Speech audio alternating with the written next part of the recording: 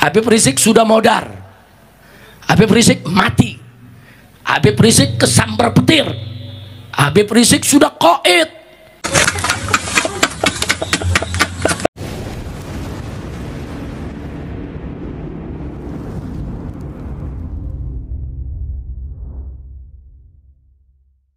Saya akan memberikan video mengenai Bapak Rizik Syihab kembali.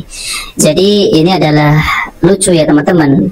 Ini ceramah tapi malah curhat kepada jamaahnya di Aceh teman-teman. Jadi saya sudah pastikan Bapak Rizik Syihab ini hanya ingin mencari simpati warga Aceh yang katanya dizolimi lah, yang katanya ya Habib ini dibenci lah. Namun ya teman-teman, jangan mudah ditipu oleh omongan-omongan Bapak Rizik Syihab ini. Apalagi dengan masalah nasabnya. Pokoknya Ba'lawi ini bukan cucu Nabi Shallallahu Alaihi Wasallam, melainkan adalah cucu Mang Ubed. Nah seperti itu teman-teman. Jadi saya sering sampaikan di video ini bahwasanya Ba'lawi ini bukan keturunan Nabi Shallallahu Alaihi Wasallam. Dan ceramah-ceramahnya isinya hanya memprovokasi seperti Bapak Rizik Syihab ini. Jadi nggak ada adem-ademnya sama sekali.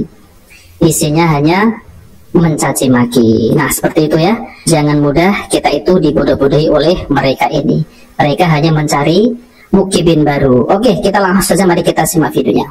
Saya sepulang dari Saudi Arabia, saudara, saya sakit batuk seperti sekarang ini, batuk, badan agak meriang. Saya berobat di rumah sakit Ummi, rumah sakit Islam di Bogor. Begitu saya baru masuk rumah sakit sehari, buzzer-buzzer piaraan Jokowi, saudara, saudara, ini buzzer-buzzer, dia bikin meme, dia bikin berita di medsos. Apa isinya? Habib Rizik sudah modar, Habib Rizik mati, Habib Rizik kesambar petir, Habib Rizik sudah qaid. Dibuat filmnya, saudara. Banyak ulama-ulama di berbagai daerah bingung bener apa enggak. Mereka teleponlah saya punya menantu Habib Hanif Al-Attas. Habib, bagaimana keadaan Habib? Habib Hanif jawab, nggak ada apa-apa, baik-baik saja, lagi dirawat. Ada lagi telepon dari Jawa Timur, ada lagi telepon dari Kalimantan, ada lagi telepon dari Aceh, ada lagi telepon dari Palembang, dari mana-mana. Nah akhirnya saudara Hanif berinisiatif minta izin nama saya. Abah mau minta izin, ini yang telepon banyak, Mbak. Ini masuk ke HP nih, yang nanya banyak. Boleh gak Hanif bikin rekaman video dikit aja, cuman ngabarin supaya para ulama tenang, Abah sehat walafiat. Saya bilang boleh, silakan bikin, sebar. Dibikin sama Hanif. Assalamualaikum warahmatullahi wabarakatuh dan seterusnya. Kami kabarkan kepada semua bahwa abah saya, mertua saya Habib Rizik dalam keadaan baik-baik saja. Setahun di penjara gara-gara ngomong baik-baik saja. Setahun di penjara, saudara. Apa kata jaksa, apa kata polisi, apa kata hakim? Ini kan Habib Rizik lagi di rumah sakit. Habib Hanif bilang baik-baik saja, berarti Habib Hanif mau bohong. Ngebohongnya itu tingkat nasional. Satu Indonesia jadi gaduh gara-gara Habib Hanif setahun di penjara. Masya Allah. Saya lanjutin lagi, saudara. Begitu saya dirawat, diganggu terus. Nanti ada tentara datang, nanti ada polisi datang. Ini rumah sakit diganggu, saudara. Bahkan kantornya diacak-acak, saudara. Jadi mereka mau tahu bagaimana keadaan saya. Lucunya, semua ruang didatengin, semua kantor didatengin, masuk ke kamar saya nggak berani. Nah kan saya dirawat di kamar, masuk aja ke kamar saya. Masuk itu tentara sama polisi, nggak ada yang masuk. Mereka hanya ingin bikin ini rumah sakit nggak aman supaya saya diusir, saudara. Saya tahu diri. Jadi begitu hari itu darah saya diambil, saudara, untuk pemeriksaan laboratorium. Saat itu pemeriksaan COVID nggak kayak sekarang. Sekarang 5 menit udah ketahuan.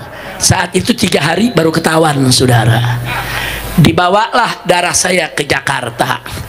Rumah sakit diganggu terus, diganggu sama wali kotanya yang sekarang jadi wakil Mendagri. Ya, jadi Wamendagri, saudara.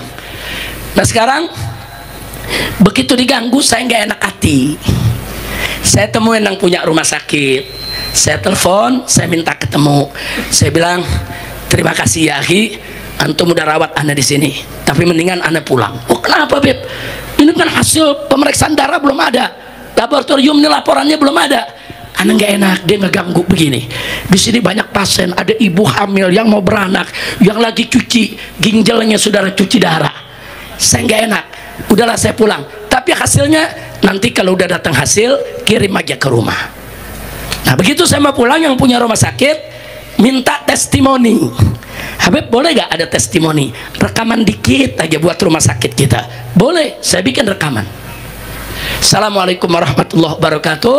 Terima kasih kepada rumah sakit bla bla bla. Terakhir saya bilang kepada seluruh umat, tolong doakan kami. Alhamdulillah saya saat ini dalam keadaan baik-baik saja. Dituntut 6 tahun penjara gara-gara baik-baik saja, saudara. Gara-gara baik-baik saja saya dituntut 6 tahun penjara, vonis 4 tahun penjara. Saya banding terus sampai kasasi di MA, saudara, baru turun jadi 2 tahun. Itu pun setelah 2 tahun saya keluar, saya jadi tahanan rumah selama 2 tahun lagi, saudara. Nggak boleh keluar dari Jakarta. Nah sekarang yang ingin saya garis bawahi di sini, baik-baik saja kok bisa ya dipidanakan?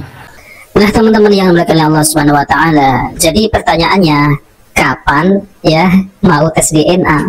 Nah teman-teman, tadi yang katanya ya sampel darahnya Bapak Rizik Syihab ini kan dibawa ke laboratorium. Wah itu cocok kalau untuk diteliti ya teman-teman ya, darahnya itu apakah darahnya ini, DNA-nya ini bersambung pada Rasulullah ya teman-teman. Ini semestinya harus diambil itu sampel darahnya teman-teman. Namun ya sampai saat ini Bapak Rizik Syihab ini ya masih bisa membuktikan bahwasanya Bapak Rizik Syihab adalah keturunan Nabi Shallallahu Alaihi Wasallam. Ya isinya ya seperti itu teman-teman ceramahnya. Ini ceramah malah curhat ya. Kalau seorang ulama, seorang pendakwah ya sudah sampaikan ilmu-ilmu agama, ini yang disampaikan hanya mencaci maki, mengadu domba, menjelek-jelekan pemerintah, ya wajar ditangkap. Kan ini membuat kegaduhan umat.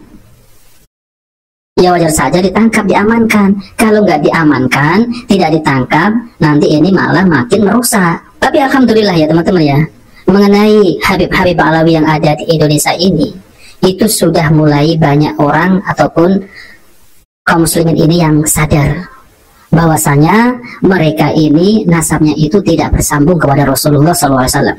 Mungkin kalau dulu ya masih banyak yang membela Bapak Rizik Syihab, tapi sekarang sudah kelihatan mulai sepi.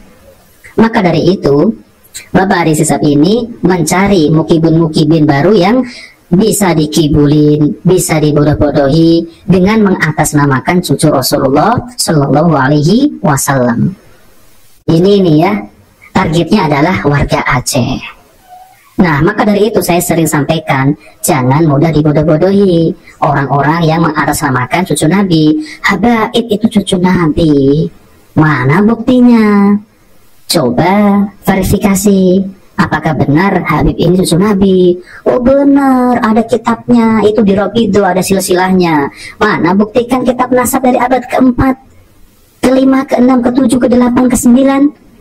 Oh ternyata ada dari abad keempat, ternyata diteliti oleh Kiai Imad palsu.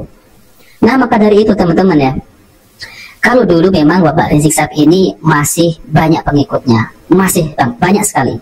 Pokoknya Habib itu mulai dari As-Segaf lah, Al-Muhdor lah, Al-Idrus, Al-Atos, Al-Habsyi, itu semua adalah dari kalangan klan Ba'lawi, bukan cucu Nabi. Kalau mereka berceramah tentang mengenai ilmu-ilmu agama, tidak masalah. Tapi kalau ceramahnya isinya hanya memprovokasi, mengadu domba, maka itu harus kita jauhi. Maupun itu keturunan Nabi yang asli ya, apalagi yang palsu, harus kita jauhi teman-teman. Karena apa teman-teman? Karena isinya hanya mengadu domba umat. Jadi tidak ada faedahnya sama sekali. Apalagi ceramahnya dua dari khurafat yang katanya bisa mi'raj, itu pakai mukodam, bertemu dengan Allah 70 kali dalam sehari, bisa menurunkan hujan susu. Bahkan pesawat terbang itu katanya ada seorang Habib memiliki karomah bisa memundurkan pesawat terbang. Udah terbang mundur.